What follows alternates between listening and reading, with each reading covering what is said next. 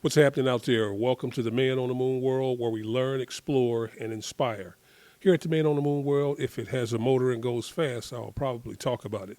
I'll take you to places you've been, and I'll take you to some places that you haven't been. This Saturday afternoon, Christmas season, I've decided to take a ride out to Lithonia to Life and Times. Nice cigar bar here, and I had the distinct pleasure of sitting down and chopping it up with Atlanta's own cigar whisperer. I don't mind if you call me that cigar whisperer. I've been called worse. Cigar Mike is in the house with us tonight. Cigar Mike, welcome to the Man on the Moon world, and thank you very much for giving me this opportunity to talk to you. Well, I appreciate you very much for inviting me out. You know, So before we even get started, let me just tell you, I was at an event last weekend, and Cigar Mike was there doing a Q&A. So as I walked in and listened to some of the questions that were being asked and some of the answers that he gave, I'm like, you know what? I wouldn't mind sitting down with this cat and talking about cigars and the cigar culture as it pertains to the Atlanta area. So again, thanks for sitting down with the Man on the Moon world. Let's start here. Tell us about your background, man. Where you from? Decatur, Georgia, right here. Where's Greater? Yes, sir. Candler Road in Glenwood. All right, all right, all right. Grady, baby? No, not Grady Big. I was originally born in Brooklyn, New York, Okay. but I've been here since I was 4 years old, so that's 50 years. So Really? I think I qualify. Yeah, you qualify. You Yes, sir. qualify. So how did you get into this cigar thing, man? I was a restroom attendant. I was the dude in the bathroom with the colognes and the mints. And, The valet. yes, sir. Okay. And the guy who got me into it, shout out Dave Stevens, would tell me like, hey man, you can make more money if you sell these cigars. I don't know nothing about cigars. So I literally walk into cigar stores and be like, hey, so what do people smoke? Okay, give me 5 of them, 5 of them, 5 of them, and 5 of them. How long ago was this? Almost next year to be 30 years. Wow. Yeah. So 30 years ago, you walked into a cigar store and said, give me some of them. Yeah. Now I take the ones that people buy. Give me them. Okay, okay. And slowly but surely, you got more and more in tune with cigars. And how did you become the entity that you are today? Well, I tell you what. First and foremost, there was no plan to do this. Never is. This is the complete absence of forethought.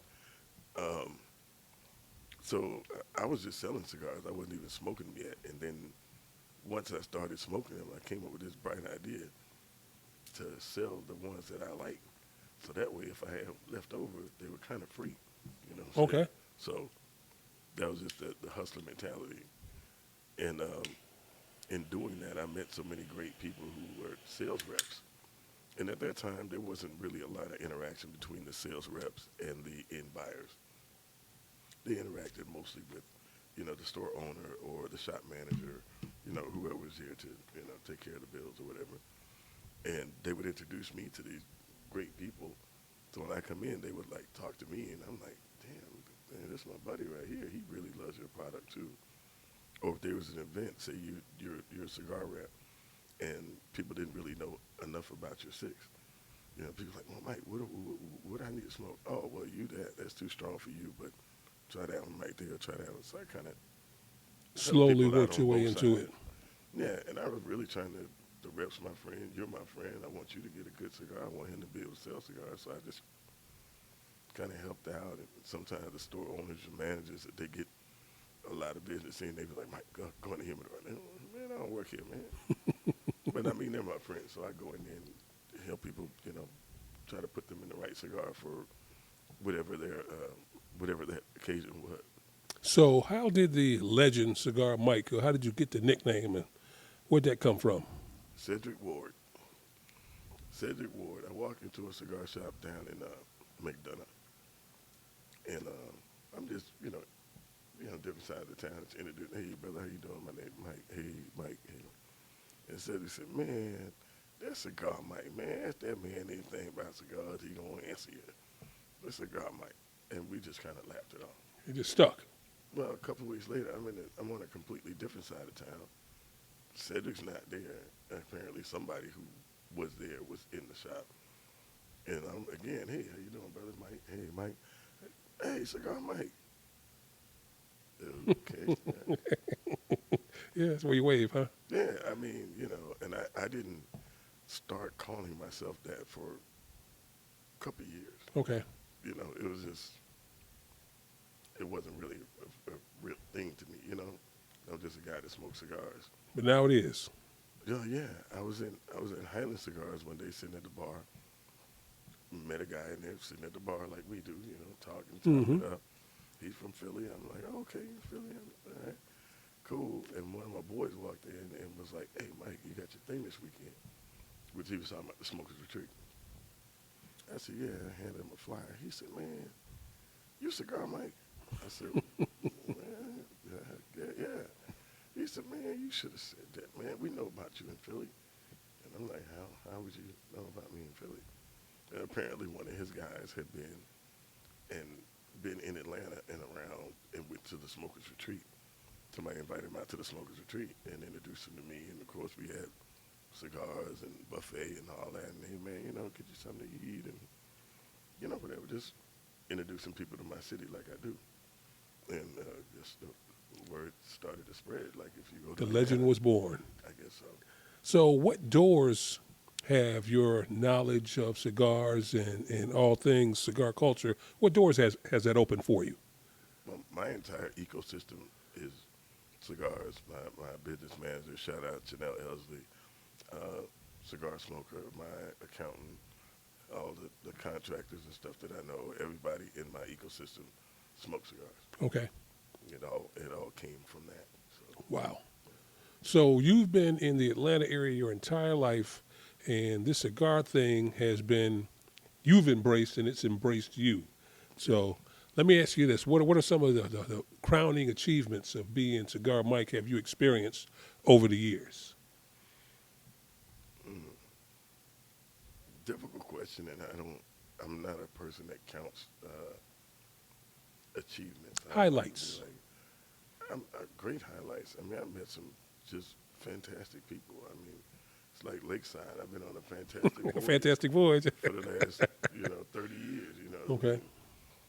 I've gotten to go to concerts. I got to meet just people that I believe as a little kid from Decatur I wouldn't have ordinarily run into. Mm-hmm. Guys like Michael Kudlis from The Walking Dead, Ruben Studdard,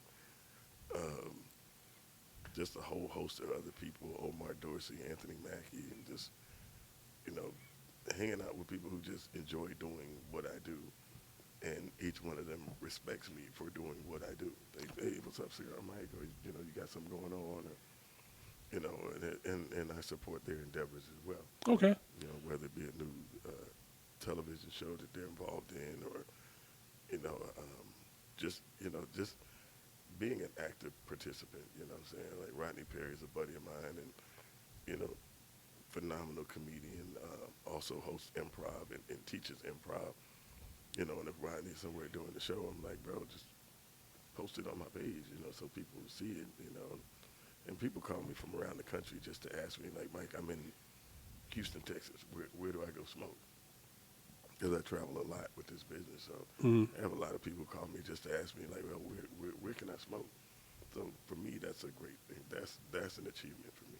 So, with that being said, I'd like to dive into cigar culture. Okay. So, can you explain cigar culture in your own Not words really. and what it means to you? I can't really explain it, and the reason for that is because you and I are involved in it. Explaining it to somebody who's not involved in cigar culture, and I think you know this to be true, is extremely difficult. You have to put your foot in the water, and once you put your foot in the water, more things about culture will become evident if you choose to see them. And I think we brushed across this at We Smoke. Shouts out to Domel about how people will want to change the culture, but you can't change something that you're not involved in or you don't understand. You know what I'm saying? And if you do understand a culture, then you'll know you can't change it. You can expand it, you can grow it, but why would you want to change something that you wanted to be involved with in the first place? Okay. Okay. So cigars. Speaking of cigars, I'm smoking on a nice 601 Red Label Yes, Espinosa cigars. Espinosa. This thing is absolutely wonderful, and thanks for this one. What are you smoking on there? I'm actually smoking on the Espinosa Habano. Okay. Yeah, shouts out to Eric Espinosa and the whole Azona family, EJ, Hector, Jack, the whole family. Uh, we do we do a good amount of business and events with them. Eric came here last year for my Atlanta cigar experience. He did my opening night. Shouts out to Brian at the city. Did a huge night. Probably had 250 some people out there. Really? Had a great party. But Eric and I have been friends a good long time. Okay. Like 12 plus years. All right, here's a curveball for you. Do you remember what your first cigar was? Don Tomas. And that was way back when? That was 96. 96? Mm-hmm. Okay. 96. And as your palate has become more and more, I would say, educated, what can you tell us about how to select a cigar or what to look for? Is it all personal preference? It is all personal preference, but it's based on I would base it on what your environment is. Am I gonna have drinks? What drink am I gonna have? It's a scotch, a peaty scotch. Is it a high proof bourbon? Is it a craft beer? Is it a Michelob? Those type of things. What am I going to eat? If you had a nice steak with a good amount of spice, probably not the time for a mild cigar afterwards. But, I mean, again, if that's what you choose, Mm-hmm. I'm not going to argue with you. Okay. Now, here's a question I have for you that I heard you say something about, and I've always been embarrassed to ask. That's a good cigar. Let's say, for instance, I'm out somewhere and I've got this cigar and I can't finish it. Do I let it go out and take it with me, or would I clip it and smoke it again? Is that a faux pas? Is that something we shouldn't do? I do it all the time. Oh, you do? Hell yeah. Okay, yeah. Don't want to waste that. Don't want to waste $30. I pay for the whole thing. I mean, you can let it go out and take it with you. That's going to take some time. Or you can just clip it a little bit behind the ash, drop it in a Ziploc, and maybe take tomorrow. It's going to be a different flavor profile. Okay. But I smoke a lot of cigars, so. So speak to me about flavor profiles. When you say flavor profiles, what exactly are we looking for in the draw of a cigar? What Well, notes, what have you? Well, again, that all leads back to personal preference. Okay. What are you getting? Do you want a pepper? Do you want a black pepper? Do you want a white pepper? It's going to be a little smoother, but you still get the feeling from it. Mm-hmm. The dark pepper you're going to get more of that on the nose. You're going to smell it. It's going those type of things. So again, it turns into one of those environmental things. Like, what do you want to do? Like I said before, there are certain cigars that I smoke. I don't even want to talk to people. I don't want any conversation to ensue where I don't get a chance to complete this cigar You want to enjoy it. the whole way through. And certain cigars are very conversational cigars. And in talking, and I may not mind if it happens to go out, relight it, And certain ones, depending on the level of strength, is going to stand up better to a relight. Talk to me about lighting a cigar and the proper way to light a cigar. There's many ideologies behind that. Some people only use matches. Some people say you have to use cedar. Some people almost exclusively use torches. Some people do use Bics. Okay. Me, I'm pretty much a torch guy because it's a utility for me because I'm out so much and I be going through. They be chopping down trees every day because of me if I use matches. So kind of better that I use a torch, for the environment. Is there a different type of heat that you're getting, or does it affect the overall taste, or? What's way more heat coming from a torch. I think those torches are burning about 900 degrees. Okay. And that's for each torch. So if you got a triple flame, that's 3 times 9, quadruple flame, whatever. And I try to like dance it away from the cigar itself and not jam it into the tip because I don't want to scorch it. I don't want to taste charcoal because I overheated the tobacco. Okay. So it's good to go ahead and just light it first. Yeah, I try to just get a nice little cherry burning and kind of wave it a little, then take a pull, look at it, see where I am, and if I need to, hit a little spot from there, then I will. Okay. Okay. So it really doesn't matter what you use. It's just the technique in lighting the cigar. Right. Now, as far as cutting or clipping or punching, is there a preference? It's all preference again, or is there one way's better than the other? All preference, all preference. There are some cigars. This is a V cut. This one, some of them I'll punch. Some of them I'll just poke a couple holes at the back of the cap. Some of them I'll cut the whole cap off. Okay. Cut the back, the straight cut. Okay. Yeah. So depending. It all depends on you because torpedoes, I usually go with an angle cut on those. Yeah. So, I mean, it depends on the cigar and the individual. So it's no right or wrong way to do it. No. Okay. Just don't cut too much off. Remember, you paid for it. So Speaking of that, how much of a cigar should you smoke?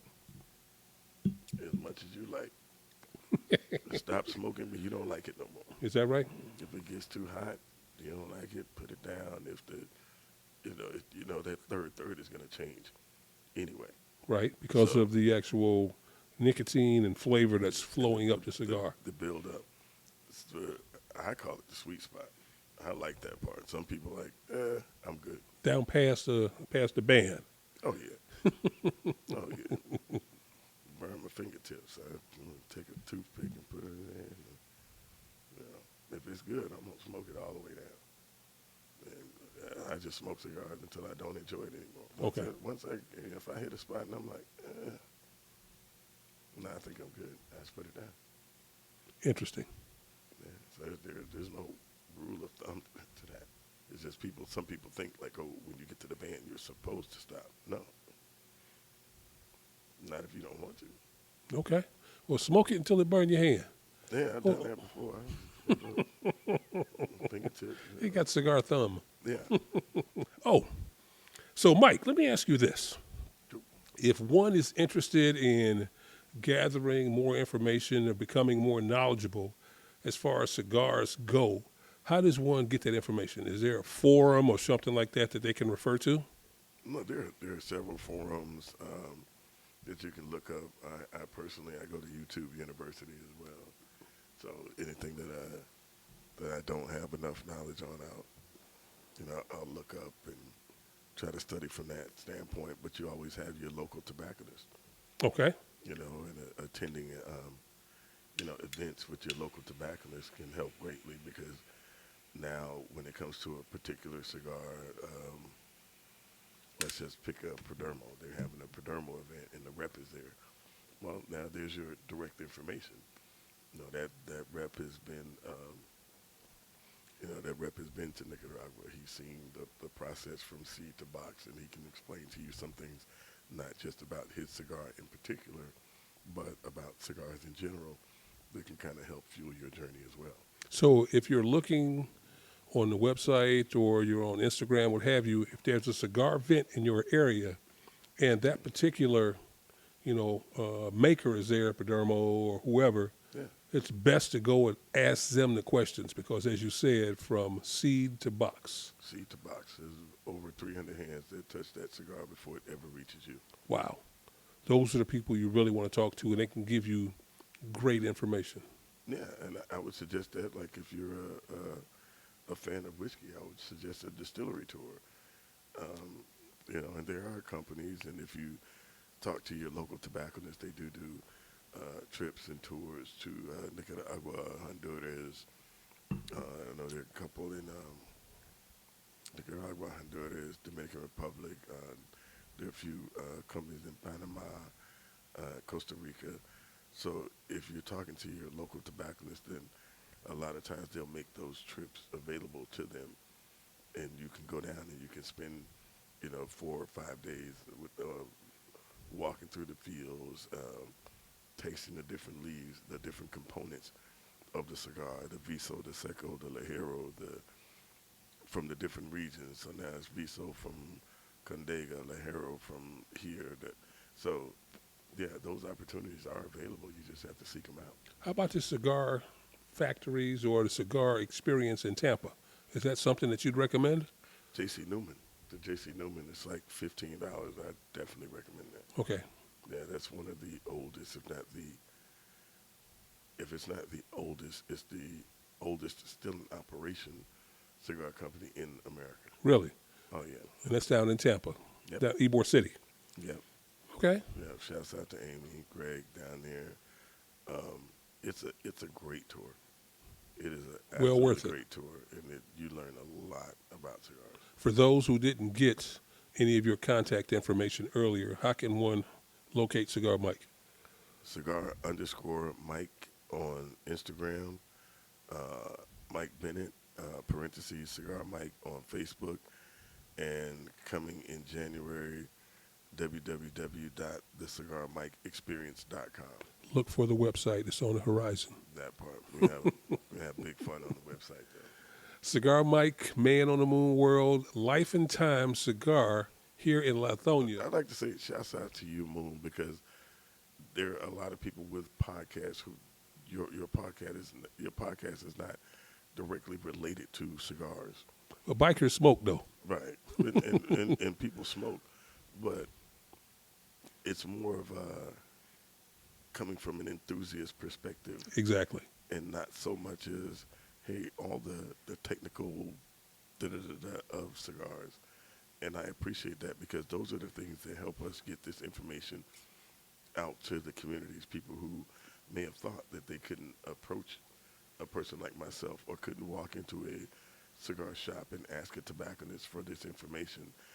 You are the people who help make this possible because they see through you now, like, hey, I can just walk in, or if I see Cigar Mike, I can just walk up to him and ask him a question. If I just walk by the cigar shop, I got a couple questions. Let me just walk inside. They're open to that. This world, this community, this culture is not closed off or segregated for anyone. Anybody who wants to be a part of it, can. We want anybody. We don't want everybody. Yeah. And, this can be an expensive hobby. It can, because That's cigars range in prices from, $5 up to, thousands of dollars for a single stick. So it's a journey, as you said before. It is. And I remember my first cigar was 1995, Arturo Fuente. You was out there, you around with me. Yeah, man. That's You when smoked before I was. I was in Auburn Hills, Michigan. There was a cigar shop right next to the hotel I worked at, and I said I wanted a cigar. And I went in there and I talked to the gentleman that was in there. He was like, "You want something strong or something mild?" I'm like, "Man, I want something strong." And he gave me a Maduro, and I smoked it. I went back to work, and after we got off work, we went to a lounge and we could smoke. I smoked that cigar, and I hit it too hard. I got green in the guild, and I learned my Maduro story early in the game. Early in the game. It can happen.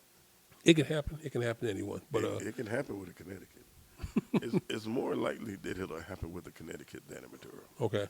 Yeah. So if you're ever smoking a cigar and you feel a little lightheaded and you get clammy and you want to sit down, yeah, you've been drawing on that thing too fast. Man, sit down and do the same thing Grandmama told you. Drink you some water. Rest your nerves. Drink you some water. You got a Snicker in your pocket, now's a good time. Take that, get your mind back right. Yeah, see, that's my cigar story. But, yeah, I've been smoking cigars for a minute, and I've seen this cigar culture evolve over the years. And, it's been my pleasure actually chopping it up with you. And I met you at this spot maybe about in 2017 or 18. We sat outside, and that's where I remembered you from. But when I saw you at We Smoke, I was like, yeah, this would be a great topic for us to sit down and chop it up. So, Yeah, and that wasn't long ago. The man worked fast because that was last week. That was last week. I was like, let's do this, man. Let's talk about cigar etiquette, because I've been to quite a few cigar lounges, restaurants, bars, and places like that. What are some of the do's and don'ts in cigar environment? If you call yourself a cigar smoker, it is fully expected that you have your tools with you. Lighter, cutter, and it does kind of annoy people that every time this particular individual shows up, why you ain't never got no lighter? Why you ain't never got no cutter? Like, man, I thought you smoked cigars. You know what I'm saying? So that can be annoying to some avid cigar smokers when, individuals show up, especially with any type of frequency, who don't have their tools. And as you can see, there are many things you can purchase these days that pretty much all encompassing. The all-in-one joint you got right there, yeah. So all you got to do is buy one, and you got 3 tools on there. So, Unlike me, I've got a cigar box at home full of lighters. oh, now I got that too. And every spring, I'll sit in the garage and I'll lay them all out, and I'll fill them all up. So that's kind of a rite of passage for the spring. It's like a purge. Oh, I mean, I got lighters galore, cutters galore, V-cuts galore, but even now, I just try to narrow it down. And this one's like the perfect utility, so I keep that with me most of the time. Okay. Traveling humidors, the little leather ones that zip up, are those things any good? Because I have a few. I mean, they're great, but those are night to night, type of thing. You load it with whatever you're gonna smoke that night. If you don't smoke it, ideally you should take it out of that because they don't have the proper seal. Okay. There's still air getting in. If you want to have something to leave it in, it'd be one of the plastic kind of Pelican style cases. Okay. It's and you can with some type of humidor pack or something, you can leave that in there for 30 days. Since you said that, what is the ideal environment for a cigar as far as storage goes? And before you even answer that, there are 2 types of storage I'm talking about. I've got storing from like day to day, week to week, and then some people buy cigars that they may not smoke for special occasions, what have you. How do you store cigars in that way as well? So it's kind of a 2-part question. Well, some people went out and purchased a big, they have a huge 7-foot stand up for the house, or converted a closet, things like that. And then there is the option of what we call a cooler door. Cooler door. Which is basically like almost like an igloo cooler, or anything that has a seal. Airtight seal is what you're saying. Yeah, there's an airtight seal, and you can take that and put the humid packs in there and get it to the right humidity, and you can store like multiple boxes in there. So when you put those packs in that airtight container, do they automatically regulate the humidity, or do you have to? Pretty much. You want to check it to see you may have too few or too many packs in there. What's the difference between the 2? If you have too few, then that means it's going to get below 65. Not ideal. Ideal humidity for a cigar is? 65 to, I would say, 71. I think at 72, beetles can start to hatch at 72%. Okay. Yeah, because remember, this is still a live substance. Really? Yeah, so if you over-humidify, it can produce beetles. And mold. And mold. Wow. So if you over-humidify them, so if you put too many packs in, so you have to know what you're doing when you're actually storing cigars. And you just kind of have to run through it. I mean, I would start with probably 4 on I don't know what they call it, like a 32-gallon. I have a 32-gallon house, so I started with 4. And I'm still all right with that. So Okay. I have just some boxes in there. So there are full boxes of cigars, and they're completely sealed as well. In a styrofoam igloo or a plastic igloo cooler, either or, doesn't matter as long as it's airtight. Well, the styrofoam igloo is not going to seal properly. Okay. Excuse me. The plastic igloos actually mine came from the Container Store.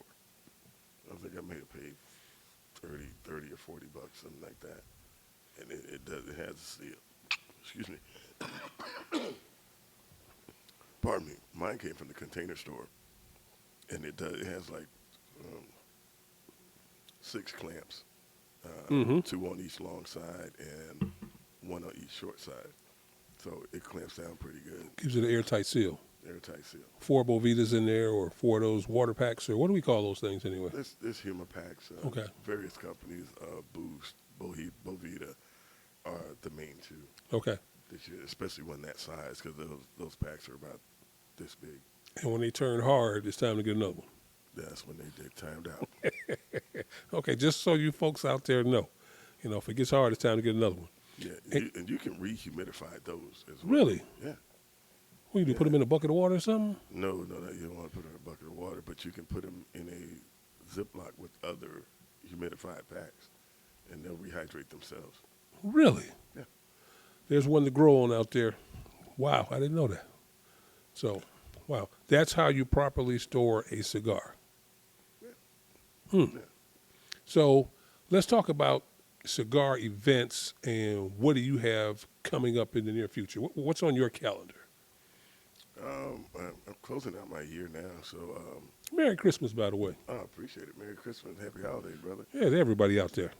And so we have what do we have? We have Onyx. We have a Smokers Retreat, December 26th, from 3 to 8, and then we have Where's that going to be again? Club Onyx. Okay, down on Cheshire Bridge. Yes, sir. Okay. Yes, sir.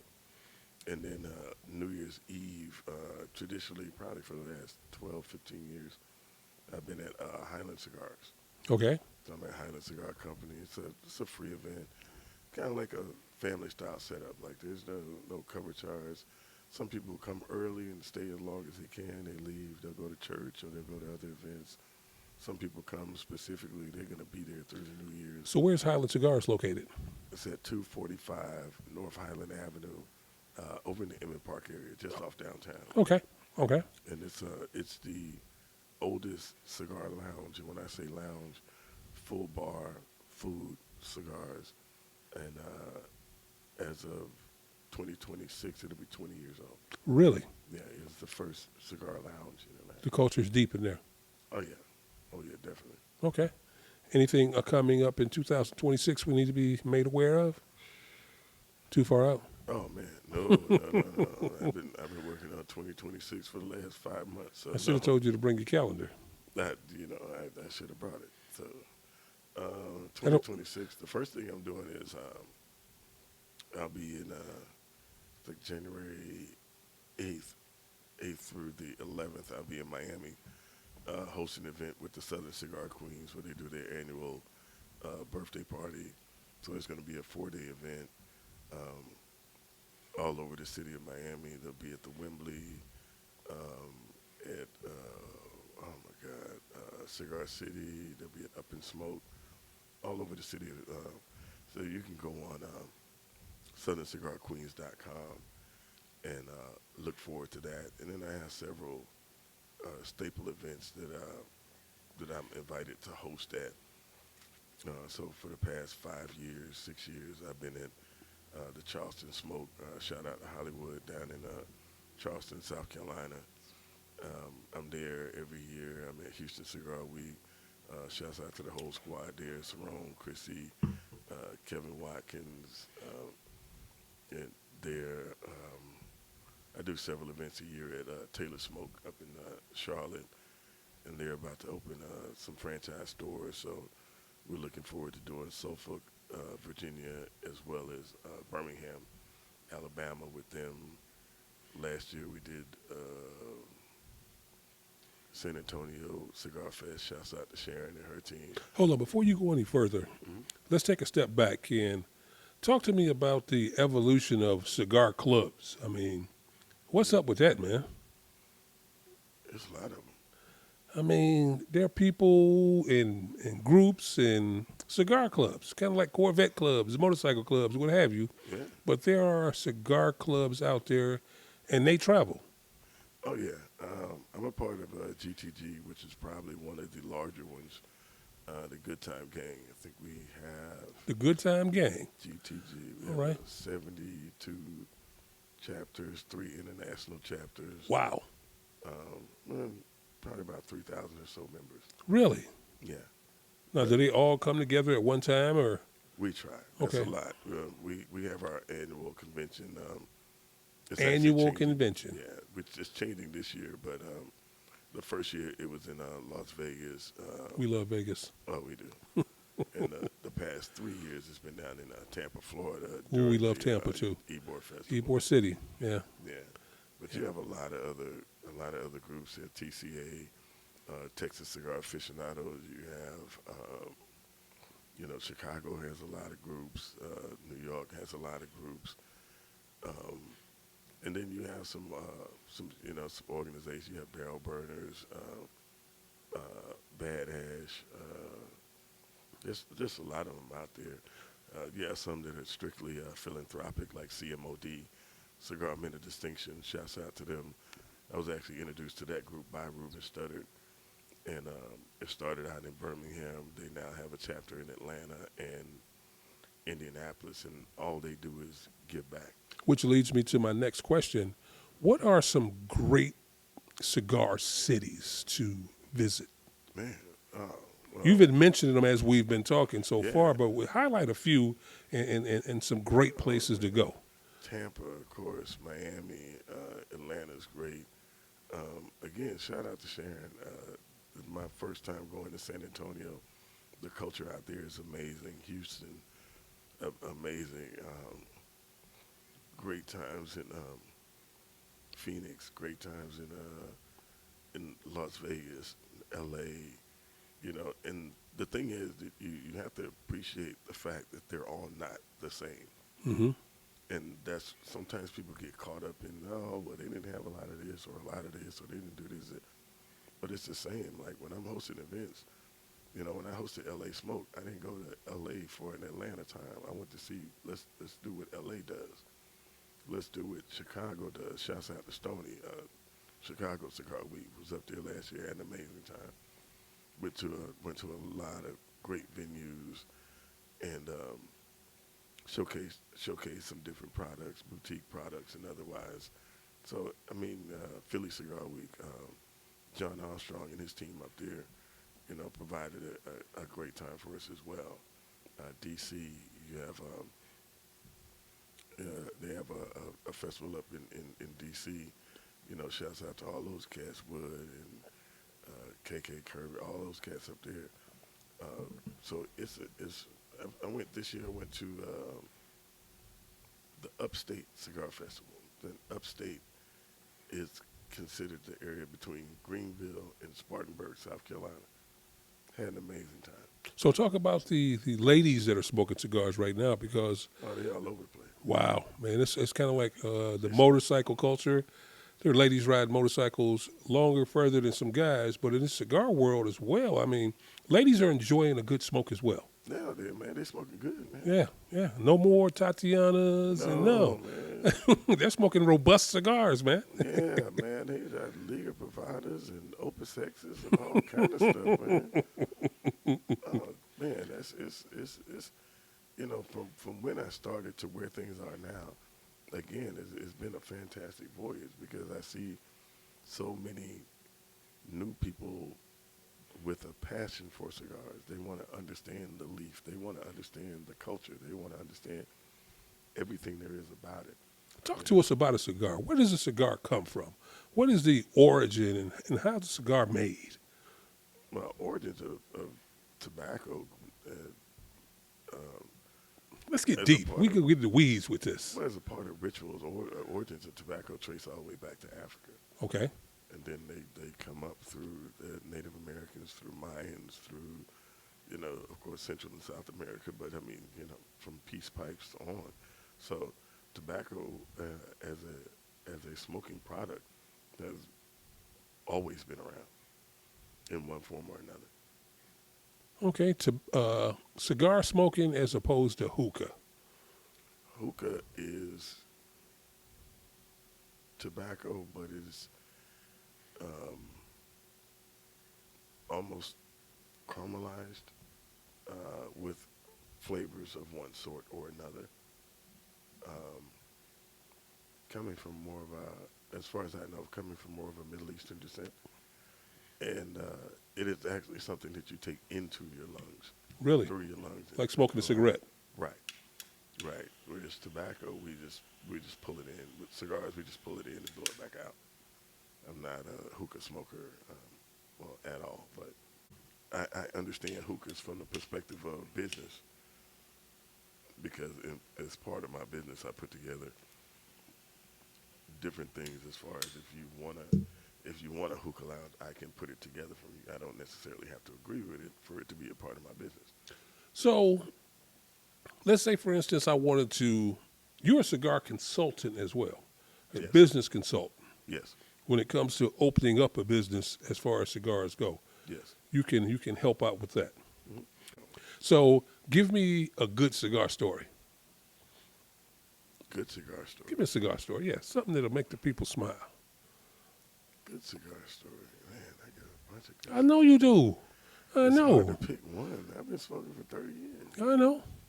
Smoking for 30 years. Give me a good cigar story, something that really, encompasses everything that we've discussed so far as the cigar culture goes.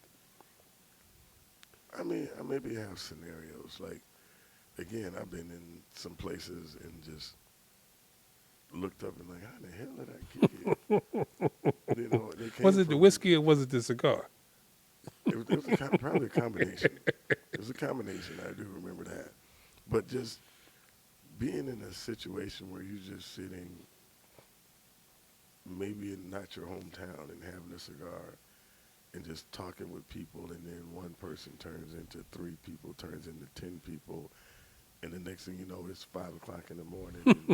But I know about your kids and your son's on his way to, Vanderbilt, and, your daughter's in cooking school, and, I know you used to work for this company, and then you transferred, and then you said, now I'm going to start my own business. And it's just everything about cigars is a story. Okay. And that's what I enjoy the most about this journey is I get to hear all these stories from people, how they started smoking cigars, their favorite cigar experience. And, I met one of my best friends smoking cigars, and, some of my golf buddies. And, it's those things that kind of motivate me.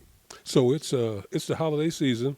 Happy holidays to everyone out there from the Man on the Moon World and Cigar Mike. So if we're looking for the perfect gift for a cigar smoker, whether it man or woman, what's some good gifts we could give out this year? Always lighters, cutters. Lighters are always number one on the list. Nobody gonna be like, man, I got too many of these. No, they're gonna take it. Just and being creative. Humidor or just plain cigars. Yeah, cigars are a good gift. The cigars are a good gift.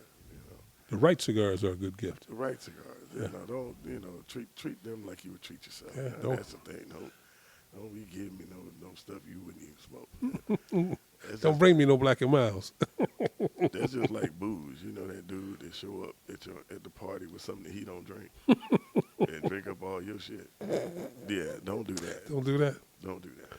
Oh, man. I had a question I wanted to ask you. I just lost my train of thought. That was pretty funny. Oh, my bad. But it happens, though. It's real. Yeah, it is. It is. It's real. People just show up like, who is that for? you drinking this? Mm-hmm. So if someone is wanting to join the cigar culture, or if there's someone who's thinking about getting a cigar, what would you recommend? I mean, I'm trying to phrase this question properly. How does one choose their first cigar? Walk into a cigar store and explain to them the purpose for that cigar. Hey, I'm looking for something. It's a celebration. My father-in-law's coming to town. He smokes on a pretty regular basis, or I'm gonna drink this. I'm gonna, it's gonna be after dinner. I think we're gonna go to a nice steakhouse, or we're gonna have some salmon. Be able to describe the utility that you're gonna use that cigar for to your tobacconist, and they should be able to help you from there. Okay. Now, I remember what I was going to ask you now. Okay. So people are always traveling out of the country on cruises, and you might have a buddy that's going to Aruba or going to Mexico, and he'll say, "Hey, man, if you find some Cubans over there, bring me a Cuban cigar back." Talk to me about that, man. I mean, how do we detect? Is there something we should know when somebody says, "Hey, I bought you a Cuban, here you go"? How do we identify if it is or if it isn't? First things first, if it was on sale or somebody made you a deal, it's not Cuban. Let's just put that out there right now. If a dude walked up to you on the beach and he started at 20 and ended up at 7, it's probably not. It's probably not Cuban. Is No. are there identifiers that would? Because I've had Cubans before. I've actually been to Cuba. Okay. So I've actually had some great Cuban cigars. But what should people look for? Those who get gifts because they're bought with great intentions. Oh, yeah, they are. So And I always tell people the worst thing about a fake Cuban cigar is if it's good, you don't know what the hell it was. I want some more of these. I want another one. Not what it says. So, one thing will be the bands. If there's any inconsistencies in the bands, it's not Cuban. Okay. It'll never make it out of the factory like that. The triple cap is a very consistent thing with Cuban cigars. There are a few other things, but then that I know I can't. There are a few things that I can do to really identify. Like for me, it's got to be a bad fake. If it's a bad one, I'm like, ooh, I can look at it and be like, ooh. If I can do that, it's pretty bad. Because my nausea, that's pretty basic. There's certain stuff about the wrapper and the way the wrapper will feel, little things like that. But like if the packaging is raggedy, it's not Cuban. Okay. Yeah, it's not. So is there some esteem level to getting Cuban cigars or the way that Cuban cigars are manufactured? What's the mystique with the Cuban cigars is my question. Yeah, it's like the chick you've been trying to get something through all the way through high school. It's a Okay. mystique. It doesn't make it better than any other cigar. Okay. I can take a humidor and fill it with Cuban cigars. I can fill one with Nicaraguan, fill one with Dominican, fill one with Honduran. And if you're a true smoker, you're going to find some that you like and some that you don't. You're not going to like every Cuban cigar. If you like every Cuban cigar, then you may want to look into that. You might need to talk to somebody. Yeah, because maybe you just like the mystique, it's Cuban, and that might be what's turning your palate on, not just what the cigar consists of. I don't like every cigar from everybody's line. It's not. I may not dislike it, but I don't. Yeah, if I'm left to purchase either that one or that one, I'm probably going to get that one because I like this one more. Okay. Yeah, so it's like any other product. It's like wine. What makes French wine better than Paso Robles, better than Argentinian? It's your palate. What do you like the most?